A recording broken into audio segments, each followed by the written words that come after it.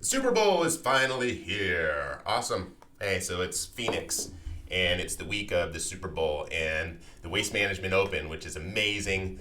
Had a chance to get out there the last couple of days, which was super fun. More people than I've ever seen at the Open on a Wednesday and a Thursday.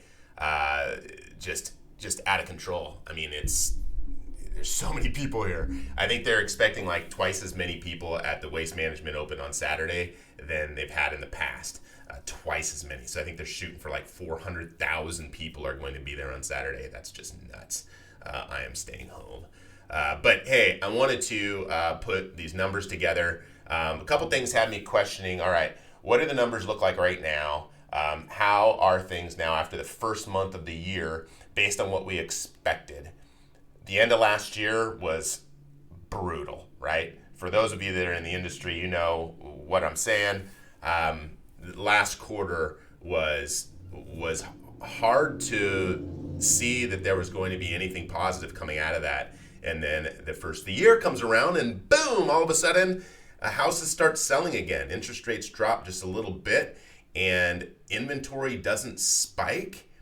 People aren't listing their homes for sale as much as you would have expected. And demand is kind of still slow, but inventory is low. So let's look at some numbers really quick. I'm going to open up our Cromford report. And, there we go. Cool. Look at a couple of things here. All right, so I'm going to look here at sale price per square foot. We'll look at the average. Let's see what it's done over time here for the last 12 months. And not surprising. I mean, this is what we've seen. Look at the annual average is starting to level off, if not dip, just a bit. So let's see what that looks like.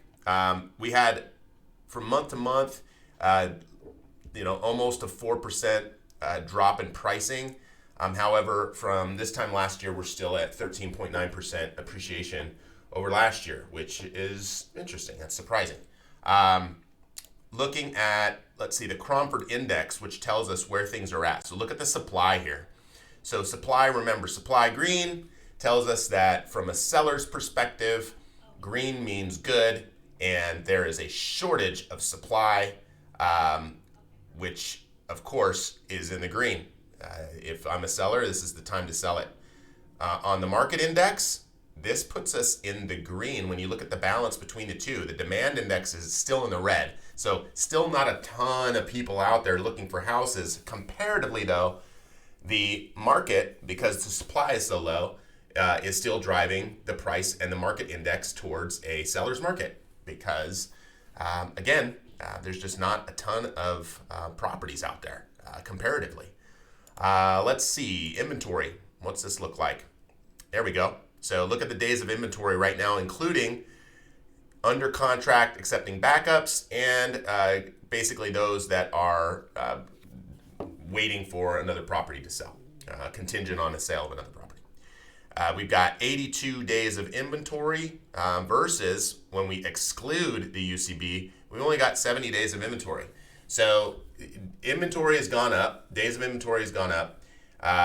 But, I mean, let's see what the next couple of months look like. I think a lot of those numbers have to do, like when I'm looking at comps right now and running them for clients, I'm seeing, a lot of the comps that we're using have come from last year, right? They came from December. They were listed in December. They were listed in November. And some of those numbers had to come off. Like I know I'd mentioned to y'all, we had sold one in December that I thought we just sold lower than I was hoping that the seller would get because they just wanted it gone. And it was like, dang, if they would have been able to hold for a minute longer, would that have changed things?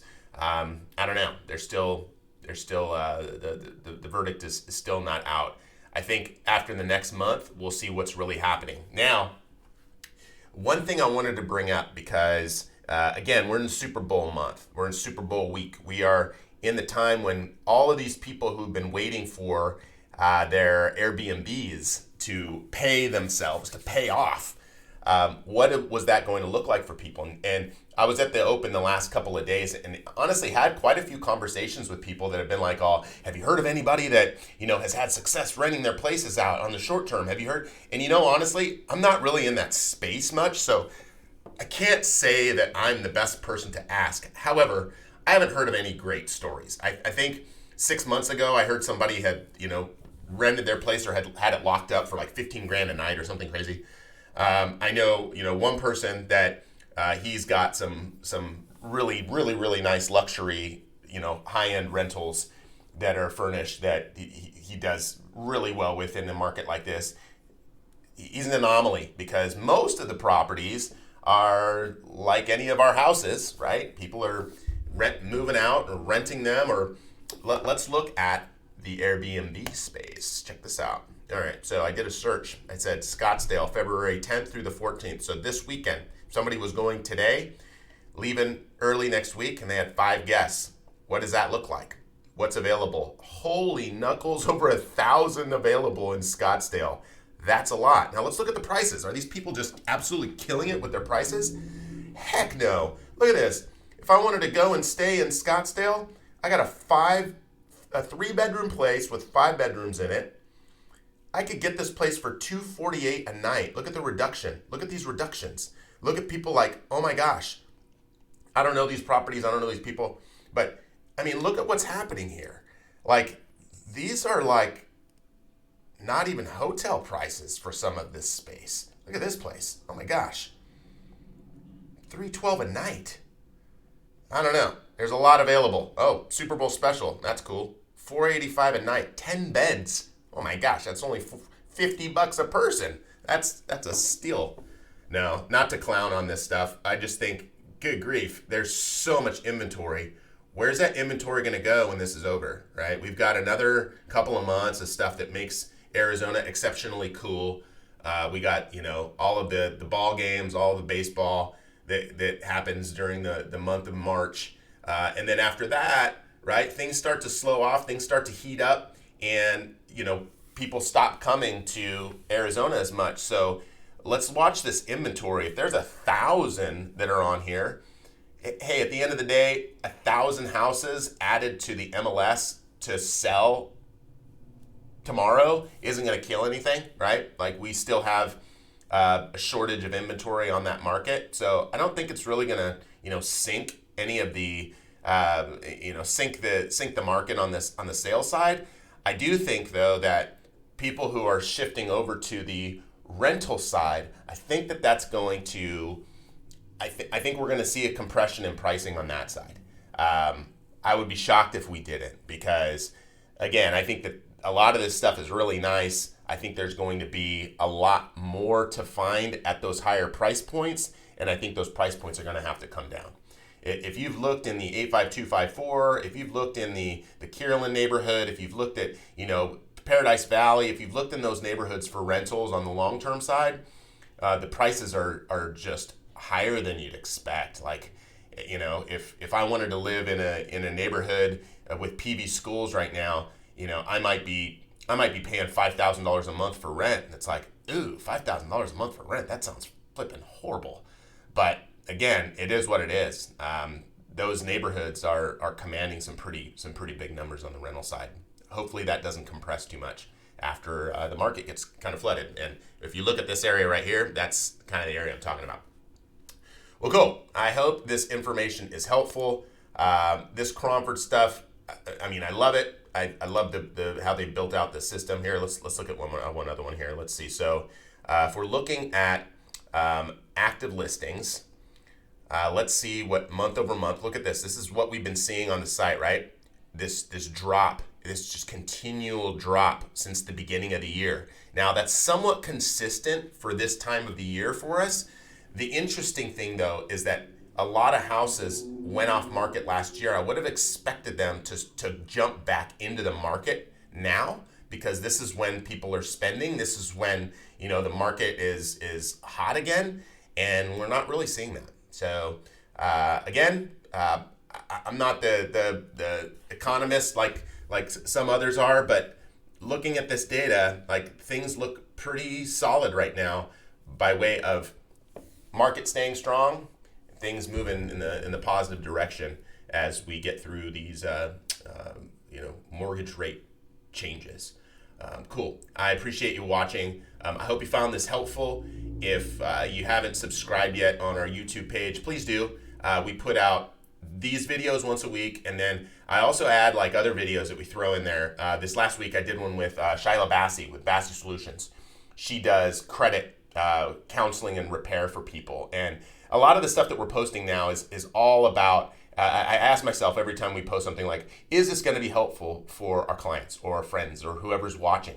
Is it helpful? Is it helpful? If it's not, I'm not going to post it, or I'm going to do my best to try to make it helpful. But things like, working with Shyla, seeing the services that she's able to offer people.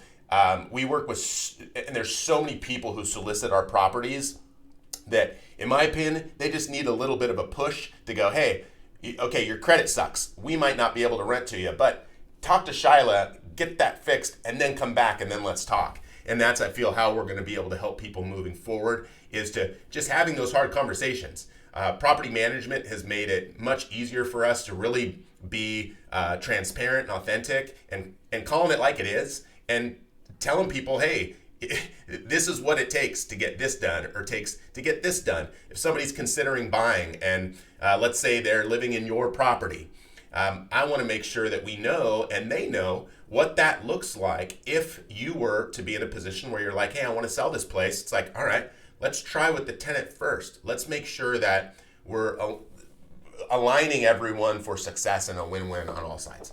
So all of these different things we're posting may relate specifically to you and your situation, or as I just mentioned, you might start seeing a lot of things that we're posting that tie into people at different stages of buying, selling, or the management. The management is the jam. It's the capstone jam for a very long time.